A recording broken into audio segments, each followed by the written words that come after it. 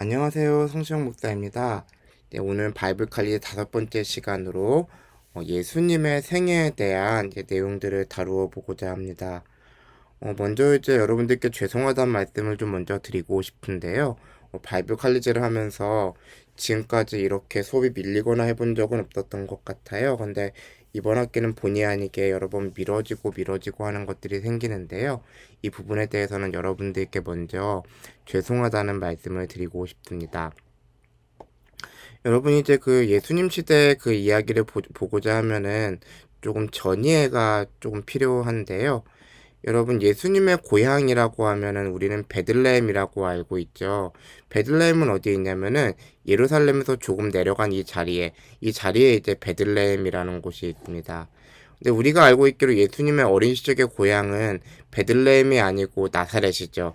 그러니까 예수님께서는 베들레헴에서 태어나셨는데 어린 시절은 나사렛에서 이제 보내시게 된 겁니다. 그리고 이제 예수님께서 활동하시던 곳은 여기는 갈릴리 호수 주변의 이 지역인 것이죠. 이 지역에서 예수님께서 활동을 하시게 되는데요. 여러분이 이제 먼저 좀 내용을 본다면은 이 전이해를 본다면 여러분이 이제 이 갈릴리와 예루살렘 중간 사이에 이 나블루스라고 하는 곳이 있을 거예요. 이 나블루스라고 하는 곳은 제가 여러 번 말씀을 드렸지만은 세겜이라고도 하고 그 다음에 이제 사마리아라고 하기도 하는 곳입니다. 우리가 잘 알고 있는 그 사마리아가 맞는 것이죠. 이 세겜이라고 하는 지역, 이 사마리아라고 하는 지역은 어, 예수님 시대에는 부정한 장소이긴 했는데요. 이전에는 그렇지 않았었죠. 아브라함이 하나님의 약속을 받은 곳이기도 했었고, 이스라엘이 이제 북이스라엘과 남유다로 갈라질 때 북이스라엘의 수도이기도 했던 곳이 바로 이 사마리아 지역이기도 했습니다. 근데 문제는 뭐냐면은 북이스라엘이 먼저 이제 아수르에 멸망하면서 기원전 한 700년 정도쯤에 멸망을 하잖아요.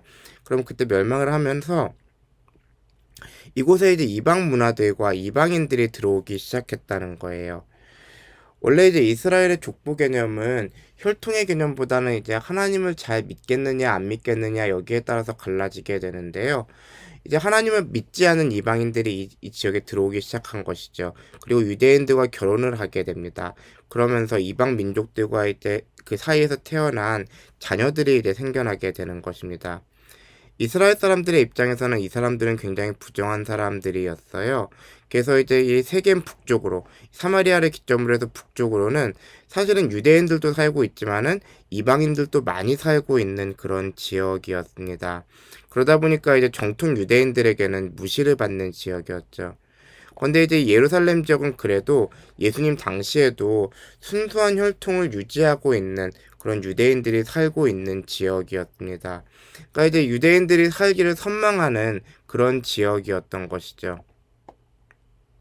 그러다 보니까 이 유대인들 사이에서도 이 시대에도 사실 이 예루살렘과의 주변 지역은 하나님 앞에 그래도 구별된 지역이고 성스러운 지역인데 이 세겜 이쪽 지역, 특별히 나사렛이라든가 아니면은 이쪽이 갈릴리 북쪽에 있는 이 가버나움 지역 같은 경우는 사실은 사람들에게 굉장히 무시를 많이 당하는 그런 지역이었습니다. 예수님께서는 그러니까 사실은 그 사역의 초기 때는 이 가버나움 지역, 그러니까 이 갈릴리 지역에 그 사람들이 무시받고 천대받는 사람들이 있는 그 지역에서 사역을 하셨던 것이죠. 여러분이 이제 특히 마가복음에서 그런데요. 마가복음에서 사람들을 이야기할 때 이제 헬라어로 오클로스라고 하는 단어가 쓰이거든요. 마가복음에서는요. 이제 그 갈릴리 지역의 사람들을 이야기할 때요. 이 사람들은 뭐냐면은 굉장히 희망이 없고 굉장히 이렇게 뭐랄까요 버려진 그런 사람들을 뜻하는 말이었습니다. 그러니까 이제 이 지역의 그 갈릴리 지역 사람들의 대한 인식이 바로 그런 인식이었다라고 하는 것이죠. 이제 벌써 15년 전이기는 한데요. 제가 이제 청량리 쪽에서 이제 사역을 했던 적이 있습니다. 교회가 이제 청량리 쪽 근처에 있었는데 지금이야 청량리가 이제 많이 개발이 됐고 지금은 이제 많은 것들이 이제 치워져 있지만 이제 제가 사역할 때까지만 해도 아직도 이제 588이라고 하는 집창촌이 남아 있던 그런 때였었어요. 근데 이제 그때 이제 그쪽에 있는 교회를 부임을 하게 되는데 그때 이제 어떤 성도님께서 그런 이야기를 하십니다. 제 첫 만남인데 잊을 수가 없어요. 예, 그때 제가 이제 목사가 아니고 전도사였었는데요. 아, 전도사님, 우리 교회는 사실은 버려진 사람들이 다니는 교회예요. 라고 이제 그렇게 말씀을 하시는 거예요. 사실 그렇게까지 뭐 이렇게 못 살고 한 사람들이 다니는 교회가 아니었었거든요. 그래도 이제 그 청량리 지역 쪽에서는 그래도 괜찮게 산다라고 하는 사람들이 다니는 교회였었거든요. 근데 그 사람들이 생각하고 있는 내가 살고 있는 이 지역에 대한 인식이 바로 그런 인식이었다라고 하는 것이죠. 사실 이제 갈릴리에 살고 있는 사람들에 대한 자신들의 인식이 바로 그런 인식이었습니다. 자, 이제 오늘 이제 그 예수님의 탄생부터 한번 넘어가 보면요. 여러분 베들레헴을 한번 보실까요? 베들레헴을 한번 이렇게 쭉 찍어 보면은 여러분이 이제 그 예수 탄생 기념 성당이라고 하는 게 바로 보이실 거예요. 그냥 베들레헴만 찍으셔도 이렇게 보이실 거예요. 그러면은 여기를 이렇게 딱 찍어 보면은 여기가 바로 이제 예수님께서 태어났다고 하는 그 자리에 있는 그런 이제 그 예배당인 것이죠. 어떻게 보면은 이제 헤브론에 있는 그 이제 그 아브라함의 무덤과도 겉모습은 굉장히 비슷한데요. 이곳은 이제 이렇게 지금은 이제 이렇게 예배당으로 꾸며져 있는 것이죠. 여기는 이 자리가 굉장히 중요한데 이 자리에서 이제 평소 때는 여기가 열려 있지 않지만은 크리스마스 때가 되면 여기를 열어둡니다. 그러면 이제 이쪽이 바로 이제 예수님께서 태어났다고 하는 그 자리인데요. 보면은 이런 식으로 이제 예수님께서 태어난 그 성당에 이런 식으로 이제 장식물들이 되어 있고 이곳에 이제 사람들이 찾아오는 것이죠. 찾아오는데 여기를 보니까 이렇게 썩 잘 나와 있진 않네요. 그래서 어쩔 수 없이 이제 구글의 도움을 조금 받으면요.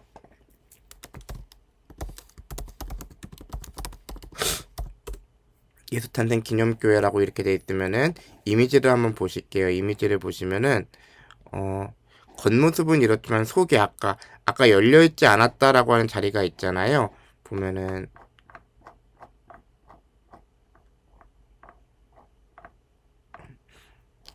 여기 자리요. 이 문을 열면은 무엇이 있냐면은 바로 이것이 있는 것이죠.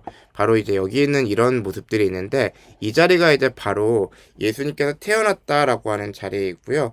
여러분 이제 성탄절 근처 때 이 자리에 가보시면은 절대로 여러분들 아마 들어가지 못하실 거예요. 여러분 우리가 보통 그런 얘기 하잖아요. 프랑스 파리에 가서 모나리자 한번 보려고 하면 5시간 줄 서야 된다고 이야기를 하잖아요. 기본이요.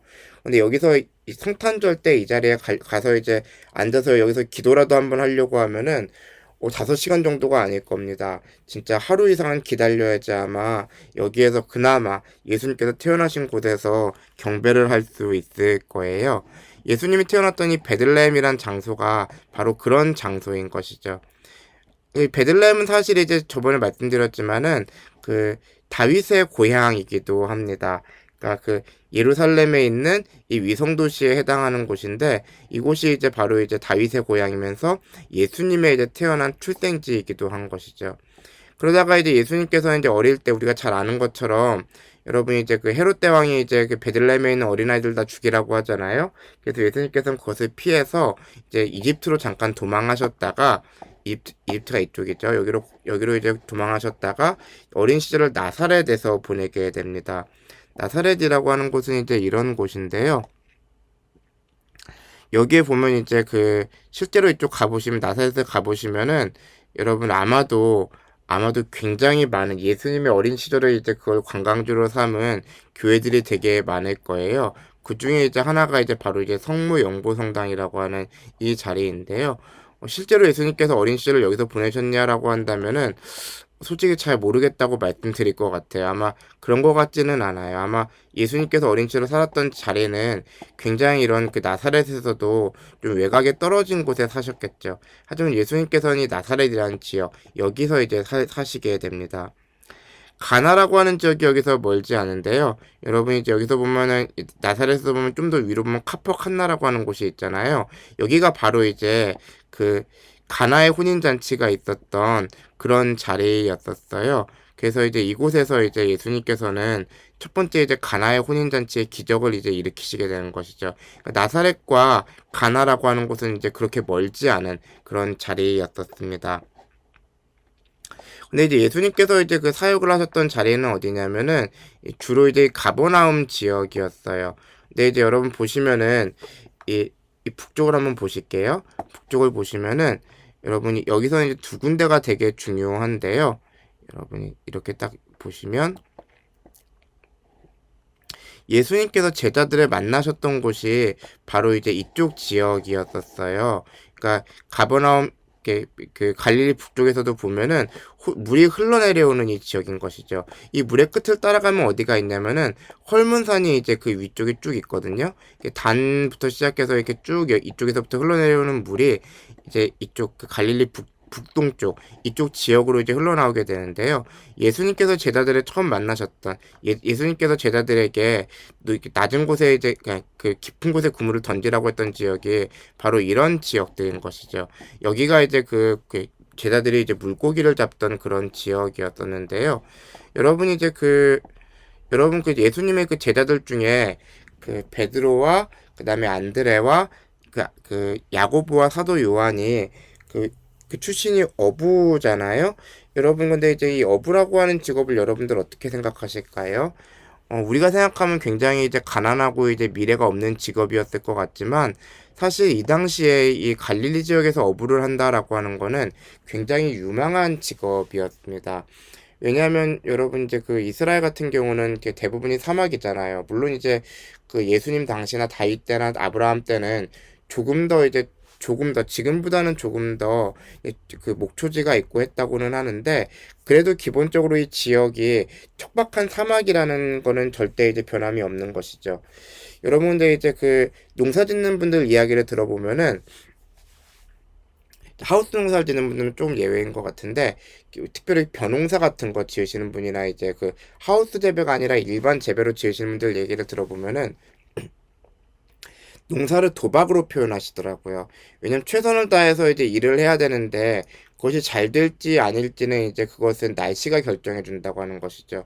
올해 같은 경우도 이제 그 더위가 좀 오랫동안 지속이 됐잖아요. 그러다 보니까 이제 그 배추 같은 경우도 이제 그 가을 초에 나와야 했던 배추 같은 경우도 다 녹아서 쓸 수가 없었던 일이 벌어지는 것이죠.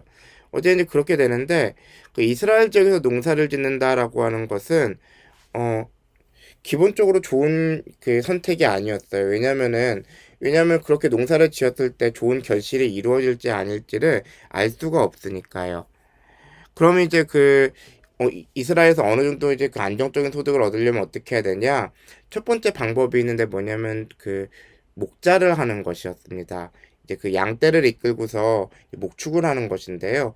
이 목축을 하는 것에도 단점이 있는데 지금은 이제 여러분들이 이제 그 뭐 소나 이제 돼지 같은 걸 기른다고 할 때 아니면 뭐 대관령에서 양떼를 기른다고 할 때 그런 것들이 농장에서 기르잖아요. 농장에서 이제 그 사료를 먹여가면서 기르는데 당시에는 그럴 수가 없죠. 이스라엘은 더더욱 그럴 수가 없죠. 그러다 보니까 이스라엘 쪽에서 목자를 한다라고 하는 것은 양떼를 이끌고 수십 킬로미터에서 수백 킬로미터를 이제 1년에 이동을 해야 되는 거예요. 그 말인즉슨 뭐냐면은 어 출퇴근이 안 됩니다. 이거 굉장히 중요한 거잖아요. 여러분들 어떻게 생각하실지 모르겠지만 아침에 일하러 나가서 일을 열심히 하고 저녁에 돌아올 수 있다라고 하는 건 굉장히 중요한 것인데 목자들은 그게 되지 않는 것이죠. 하루 종일 일을 하지만 자는 곳은 자기가 결정할 수 없는 겁니다. 사실은 농사를 짓는 사람들에게는 그런 장점은 있죠. 수학의 이제 그 불안정성은 있겠지만은 아침에 일하고 이제 저녁에 돌아와서 집에서 잘 수 있는 것이죠. 근데 그걸 동시에 충족할 수 있는 직업이 바로 이제 갈릴리의 어부였었습니다. 여기 있는 물고기들은 기본적으로는 어느 정도 이제 뭐 이렇게 열심히 일하는 만큼 잡힐 거잖아요. 물론 잘 잡히는 날이 있고 잘 안 잡히는 날이 물론 있겠지만 1년 평균으로 보면은 그래도 어느 정도는 이제 잡히는 양이 어느 정도 결정이 되는 것이죠. 그리고 어부는 이제 일하러 갔다가 열심히 일하고 난 다음에 집으로 들어와서 잘 수 있잖아요. 그러다 보니까 어부라고 하는 직업은 생각보다 괜찮은 직업이었던 거예요.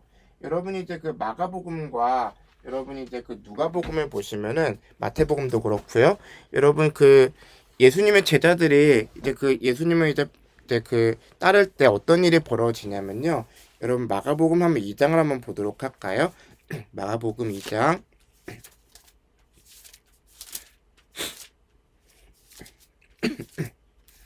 마가복음 2장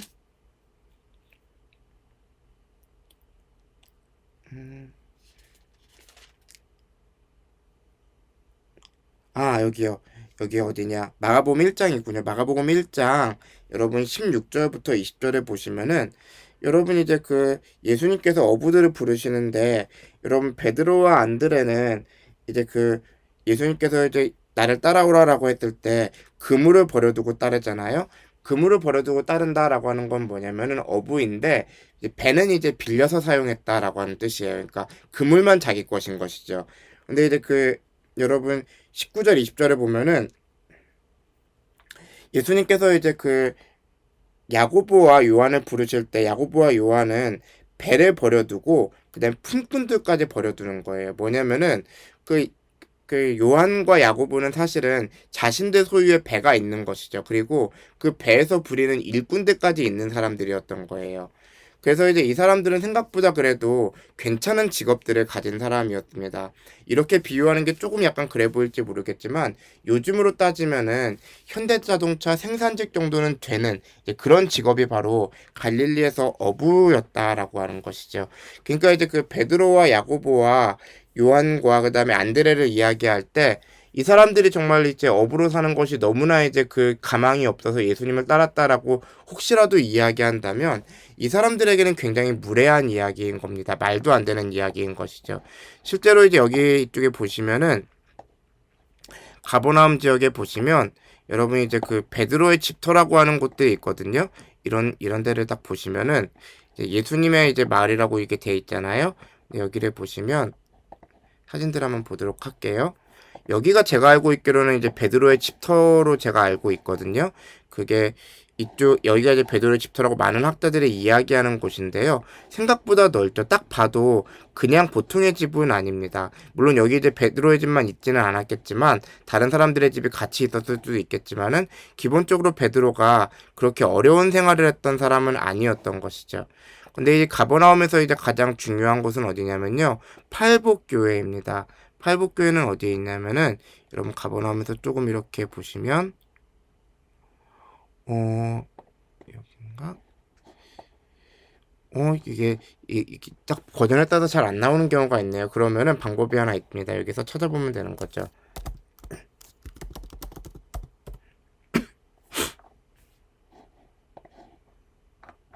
팔복교회 그거 보면은 여기가 이제 팔복교회인데요.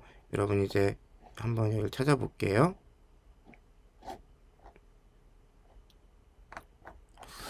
안 되겠다.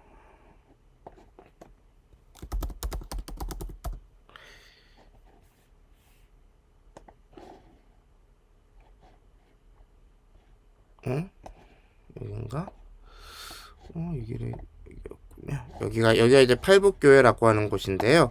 가버나움에서 조금 더 이제 북쪽에 있는 곳인데 여기를 이제 한번 보시면 이 모습으로 되어 있죠. 여기가 이제 어디냐면은 마태복음 6장에 5장 6장 이쪽을 보시면은 예수님께서 말씀을 가르치시잖아요.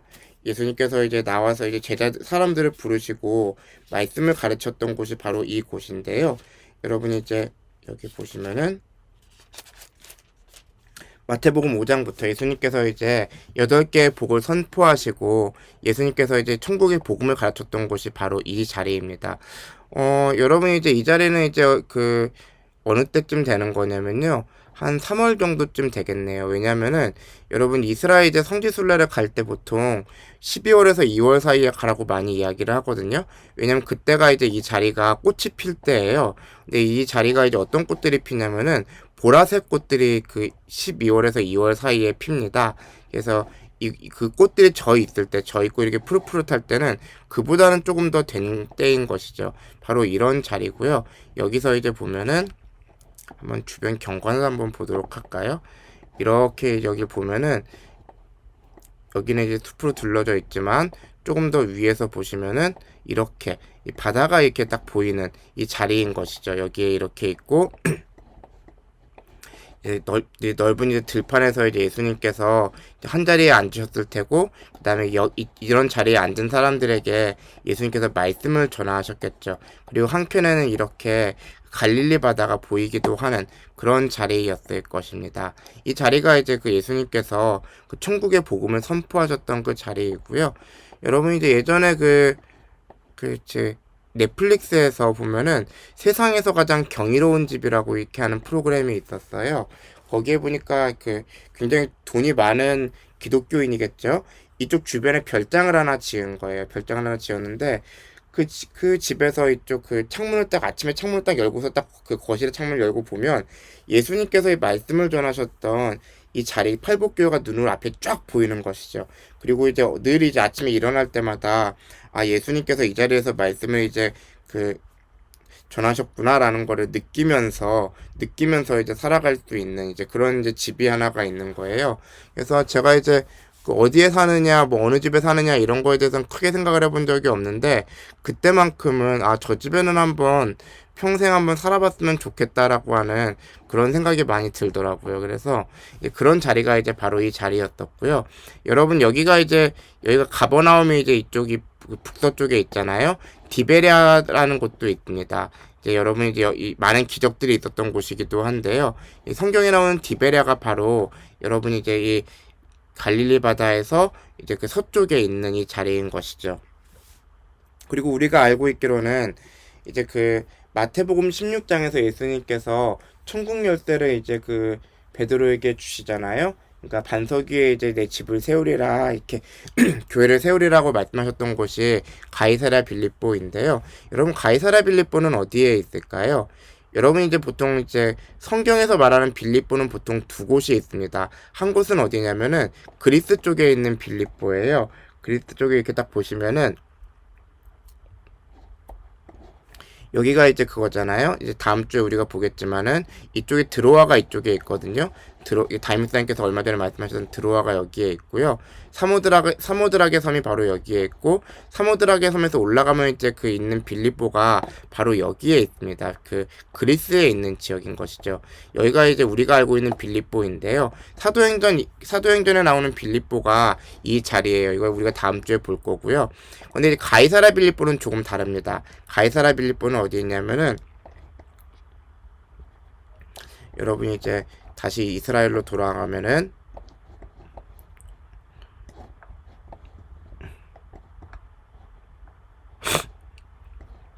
여기가 가버나움이 있잖아요. 가버나움이 있고 그 다음에 여기가 단이 있으면은 이 근처에 이제 가이사랴 빌립보가 있는 것이죠.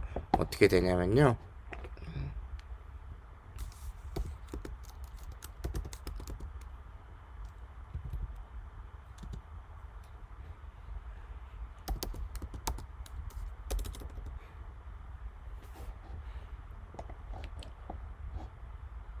여기 아닌데? 잠깐만요. 무슨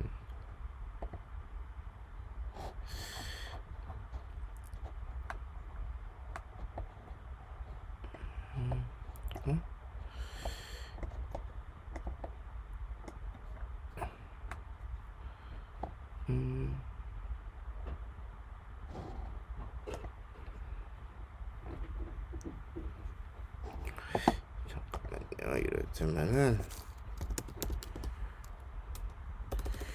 이럴 때는 네.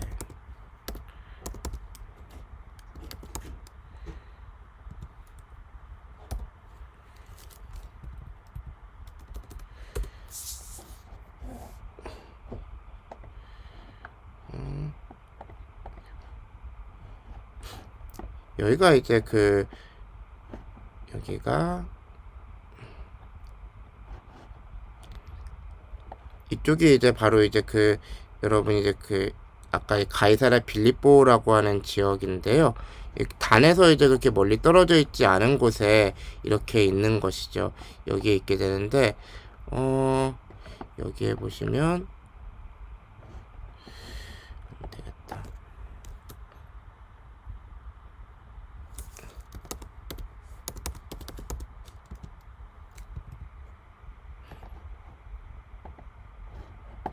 이 자리입니다. 이 자리가 이제 가이사랴 빌립보라고 하는 자리인데요.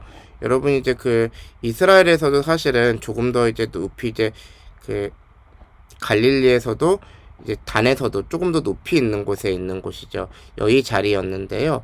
이 자리인데 여기가 어떤 곳이냐면요. 여러분 이 당시에 이제 그 가이사랴라고 하는 것은 무슨 뜻이냐면은 카이사르라는 뜻이잖아요. 황제가 인증했다라고 하는 뜻입니다. 황제가 인증했다라고 하는 곳이고 빌립보라고 하는 거는 이 당시에는 빌립보라는 이름은 이제 보통은 이제 그 계획 도시에다 붙였던 이름이었었어요. 특별히 지은 도시에다가 보통 이 시대에는 빌립보라고 하는 이름을 붙였습니다. 그러니까 이제 가이사라 빌립보라고 하는 것은 사실은 황제가 인증한 이제 신도시라는 정도의 느낌이 있는 것이죠. 이곳에 이제 그 판신전이 있었는데요. 이곳에 이제 있는 이 신전 앞에서 예수님께서 이제 반석 위에 교회를 세우리라고 이제 말씀을 하시는 것이죠. 그리고 이제 베드로가 이제 예수님에 대해서 신앙 고백을 하는 것이죠. 사람들은 당신을 이제 뭐 선지자라고도 부르고 이렇게 저렇게 부르지만은 나에게 있어서는 예수님은 이제 나의 주 나의 그리스도라고 이렇게 부르는 곳이 바로 이 자리였었습니다. 여기가 바로 가이사랴 빌립보라고 하는 것이죠. 하나님의 아들이라고, 하나님의 아들이고 그 다음에 이제 그리스도시라고 이렇게 대답하는 것이죠. 그래서 여기에 이제 음부 위에 권세를 세우겠다라고 하는 곳이 바로 이 자리인데요. 예수님 당시엔 아마도 이런 지금 이렇게 조감도가 그려져 있는데 예수님 시대에는 바로 이렇게 신전이 있었겠죠. 그리고 예수님께서는 이 신전 앞에서 천국의 복음을 선포하셨던 것입니다. 그렇게 되고요. 여러분 우리가 이제 또 알고 있는 것이 뭐냐면은 사마리아 지역에 있는 이제 여러분 사마리아 여인의 이야기를 우리가 알고 있잖아요. 뭐냐면은 그 여인 같은 경우는 굉장히 부정한 여인이었는데 이 여인에게 있어서 예수님께서 찾아오시고 이 여인에게 복음을 전하시는 그런 내용인 것이죠. 너에게 이제 생수의 강이 흘러 넘치리라고 이야기했던 그 자리가 있습니다.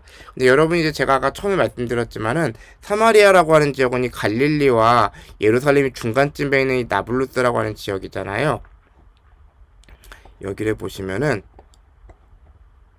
이 근처에 이제 바로 여러분이 이제 여기요. 근처에 여러분 이제 야곱의 이제 우물 교회가 있습니다. 야곱의 우물이라고 하는 곳이 있었고 예수님께서 이곳에서 이 여인에게 이제 천국 복음을 전하셨던 것이죠. 아마 이 우물이요. 이 우물이 이제 예수님께서 계셨을 때의 우물이라고 하는데요. 그림에도 이렇게 되어 있죠. 근데 이 우물이 진짜로 이제 예수님 때 있었던 그 우물인지는 잘 모르겠어요. 우물 자체는 예수님 때 있었던 우물이 맞는데 예수님 때도 이 모양의 우물이었는지는 잘 모르겠어요. 근데 이제 이 교회를 보면은 야곱의 이제 우물이라고 하는 이곳을 보면은 이런 식으로 모양이 되어 있고 그 다음에 이제 이곳에서 예수님께서 이 여인에게 이제 복음을 전하셨다라는 것을 나타내고 있는 것이죠. 재미있는 건 뭐냐면은 바로 여러분 여기 야곱의 우물 바로 위에 뭐가 있냐면은 여러분 이제 요셉의 무덤이 있습니다. 여기가 바로 이제 요셉이 이제 창세기 50장이죠. 자기가 죽게 되면 자기 유고를 메고서 이제 세겜 땅에다 묻어달라고 하잖아요. 그래서 이제 요셉이 이제 바로 이 자리에 이제 묻히게 되는 겁니다. 멀지 않은 곳에 묻히게 되는 것이고요. 그리고 이 다음에 이제 우리가 살펴볼 곳은 어디냐면은 베다니라고 하는 곳입니다. 여러분 이제 베다니라고 하는 곳이 사실은 성경에 두 군데가 나오거든요. 두 군데의 베다니가 있는데 한 베다니는 어디냐면은 여러분 여기 이렇게 예루살렘이 있잖아요. 그리고 예루살렘 여기 위에 보면 여리고가 있어요. 여리고가 있으면은 여리고 앞에 있는 게 요단강이잖아요. 요단강인데 예수 그리스도의 세례지라고 하는 곳 이곳이 바로 이제 먼저 베다니라고 하는 곳입니다. 이곳이요. 예수님께서 세례 요한에게 이제 세례를 받았던 이곳이 베다니라고 하는 곳인데요. 지금도 여기 가면은 여기서 세례 받으려고 하시는 분들이 되게 많으세요. 여기물 진짜 더럽거든요. 근데 굳이 여기서 세례를 받으시려고 하시는 분들이 지금도 꽤 있더라고요. 지금도 꽤 있는데 여러분이 여기가 이제 우리가 알고 있는 베다니 중에 하나거든요. 두 개의 베다니 중에 하나인데 여기가 어떤 곳이기도 하냐면은 여러분 엘리야가 여러분 이제 불병거를 타고 승천을 하게 되잖아요. 그 자리가 바로 이 자리이기도 합니다. 예수님께서 세례를 받았던 자리이기도 하고 이제 엘리야가 승천했던 자리 이 베다니가 있고요. 근데 보통 이제 성경에서 나오는 이 예수님께 나오는 이 베다니는 여기도 있지만 대부분의 경우에는 어디냐면은 예루살렘 동쪽에 보면은 여기 알 아이자리아라고 하는 이 자리가 있어요. 이 자리가 바로 이제 우리가 보통 이야기하는 그 베다니입니다. 여기를 보면은 재밌는 것들이 되게 많아요. 이쪽에 보시면은 일단은 누가 나사로의 집이 이 근처에 있습니다. 이 근처에 있고, 그 다음에 이제 예수님께서 이제 머물렀던 마르다와 마리아의 집이라고 하는 곳이 바로 이곳에 있는 것이죠. 보면 여기에 보면은 나사로의 무덤이 이 자리에 있고요. 나사로가 이제 다시 죽었을 때, 한 번 이제 살았다가 다시 죽었을 때 이제 묻혔던 이 자리가 이렇게 여기에 있고요.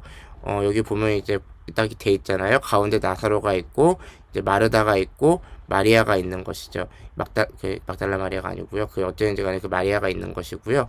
그 다음에 이 근처 이 주변 지역들이 이제 예수님께서 이제 머물렀던 베다니라고 하는 이 지역인 것입니다. 여기가 보면 어떻게 되냐면요. 여러분 여기가 이제 예루살렘 성전이잖아요. 근데 그리고 여기 시티 오브 데이비드라고 돼 있죠. 여기서 이 아랫선으로 이렇게 쭉 내려와서 이 감람산이잖아요. 감람산인데 이쪽으로 쭉 내려오게 되면은 이곳이 이제 여러분 이제 지난주 이제 다임쌤께서 설교하실 때 다윗이 압살롬을 피해서 이제 도망갔던 바우림이라는 곳이 바로 이 지역이에요. 여기서 어떻게 되는 거냐면은 이 다윗성에서 이쪽 감람산 쪽에서 쭉 내려오게 되면은 이쪽 쭉 밑으로 내려갈 수 있어요. 밑으로 내려가게 되면 이렇게 쭉 베다니 쪽으로 해서 쭉 이쪽으로 도망가잖아요. 이쪽으로 내려가면 어디가 있냐면은 여리고가 있어요. 여리고가 있는데 이 여리고까지 갔다가 여기서 이제 건널 수 있거든요. 이쪽을요. 이쪽이 그나마 이제 물길이 얕기 때문에 이쪽에 건너기가 되게 쉬운데 이쪽을 건너서 어디까지 도망가게 되는 거냐면은 여러분 제가 한번 예전에 말씀드린 적이 있었을 거예요. 요단강까지 도망갔다고. 야복강 이제 야복강 북쪽에 있는 이쪽까지 도망갔다고. 마하나임이 이 근처에 있잖아요. 이쪽 정도가 마하나임이잖아요. 그러니까 이쪽까지 도망갔다가 이 위쪽에 있는 이 숲이 있죠. 이쪽에서 이제 이 숲에서 이제 압살롬과 다윗이 전쟁을 해서 이제 압살롬이 전사한 곳이 바로 이곳이었습니다. 그러니까 예루살렘에서 이쪽 여리고 쪽으로 도망갔다가 물길을 건너서 이쪽에 있는 이제 마하나임까지 이렇게 지나가는 곳이 바로 이제 다윗의 이제 도망가는 루트였던 것이죠. 어쨌든지 예수님께서는 바로 이곳, 그러니까 예루살렘 동편에 있는 베단이라고 하는 곳에서 많은 기적도 행하시고 사람들도 만나시고 이렇게 하셨습니다. 실제로 여기서 이제 위를 딱 올려서 보면요, 겟세마네가 딱 여기 어디냐 예루살렘 성전이 쭉 보여요. 그러니까 이쪽 이 지역이 생각보다 낮은 지역이 아니기 때문에 이쪽 예루살렘 성전까지가 멀찍이 이렇게 보이는 것이죠. 그리고 이제 예수님께서 십자가에 달려 돌아가시기 전에 이제 기도하셨던 겟세마네 동산이 바로 여기입니다. 여러분이 이제 이 감람산에서 보면 감람산이 대부분 이렇게 민둥산 형태로 되어 있잖아요. 그 이유 제가 예전에 말씀을 드렸었죠. 이 감람산 지역이 사실은 이스라엘에서 한때 제일 이제 비싼 이제 땅값을 차지하는 무덤이었다고요. 왜 그러냐면은 이스라엘 유대인들도 부활을 믿거든요. 메시아가 다시 나타나면은 이제 사람들이 부활하게 되는데, 여기 이렇게 사진을 볼게요. 이런 식으로 이제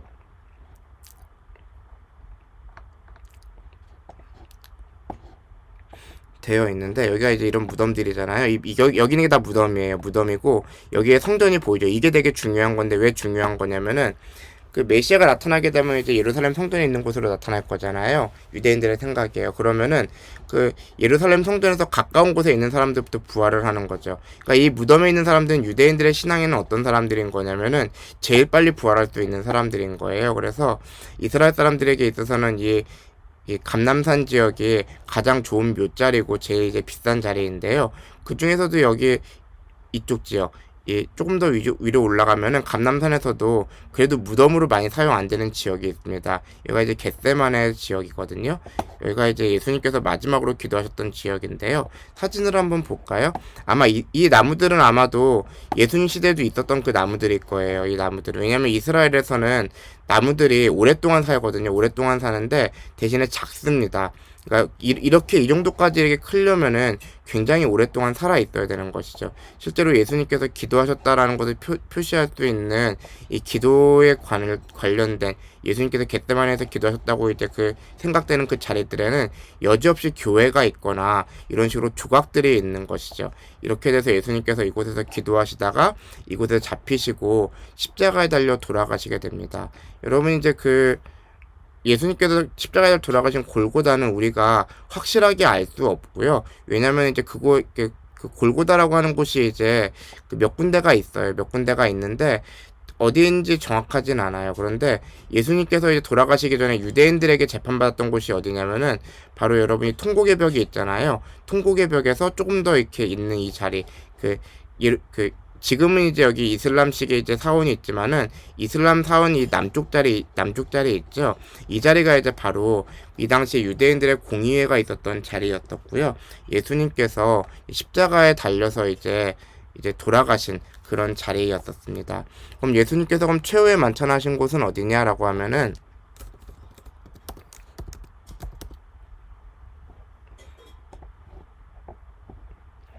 여기입니다. 여기가 이제 예수님께서 마가의 다락방에 이제 마지막으로 이제 기도를 하셨던 자리이거든요. 이거 보시면은 여기에요. 여기가 이제 예수님께서 최후의 만찬하신 곳이기도 했었고, 그 다음에 나중에 예수님의 제자들이 그 성령을 받았던 그 사도행전 1장의 역사가 일어났던 곳이 바로 이 자리였었습니다. 이 자리인데 실제로 가보시면 꽤 넓은 자리예요. 한 150명 정도는 너끈히 들어갈 수 있는 그런 자리였고요. 집이 굉장히 좋은 집이잖아요. 사실은 이 자리는 어떤 자리냐면은 이 당시 이제 예루살렘에서 제일 땅값이 비싼 자리이기도 했습니다. 여기 이제 성전이 있잖아요. 여기 이제 예루살렘 성전이 있고 여기서 여러분이 예루살렘 통곡의 벽까지를 찍어 보면은 생각보다 멀지 않아요. 한 20분이면 갈 수 있는 그런 자리예요. 생각보다 거리로 따져도 1km밖에 되지 않는, 사실은 이제 이 지도로 보니까 좀 굉장히 길어 보이지만 그렇지 않은 자리고요. 여러분 이 지역은 어떤 자리냐면은 여러분 여기가 이제 마가의 다락방이잖아요. 근데 여기서 멀지 않은 이 블럭 쪽에 이 블럭 안에 누가 있었냐면은 예수님을 이제 심판했던 당시 대제사장 안나스의 집이 근처에 있었습니다. 여기서 이제 그냥 몇 발자국만 가면 있는 자리가 이제 안나스의 집이 근처에 있고요. 이 지역은 사실은 이 당시에는 돈이 많은 제사장들이 살던 이 지역이었었어요. 그 자리가 바로 이 자리였었고요. 예수님께서는 여기서 이제 최후의 만찬을 하시고 겟세마네에서 이제 기도를 하시고 그 다음에 이제 십자가에 달려서 돌아가시게 됩니다. 이렇게 해서 이제 예수님의 일생을 우리가 한번 살펴보았고요. 여러분 한번 이번에 보셨던 이 자리들 한번 보시면서 여러분 예수님의 사역과 예수님의 어떤 그런 삶들 그리고 우리를 향한 그 사랑들을 되새겨 볼 수 있으면 좋겠습니다. 네, 제가 이제 기도하고 마치도록 하겠습니다. 하나님 아버지 은혜를 감사드립니다. 오늘 이 수업을 통해서 예수님의 삶을 돌아보게 되었습니다. 하나님 아버지 간절히 바라옵고 나옵기로는 우리가 예수님의 삶을 본받아서 살아갈 수 있도록 인도해 주시옵시고 우리를 향한 그 예수님의 사랑을 우리가 감사하며 살아갈 수 있는 우리 모두가 될 수 있도록 인도하여 주시옵소서. 감사드리오며 예수님의 이름으로 기도드립니다. 아멘.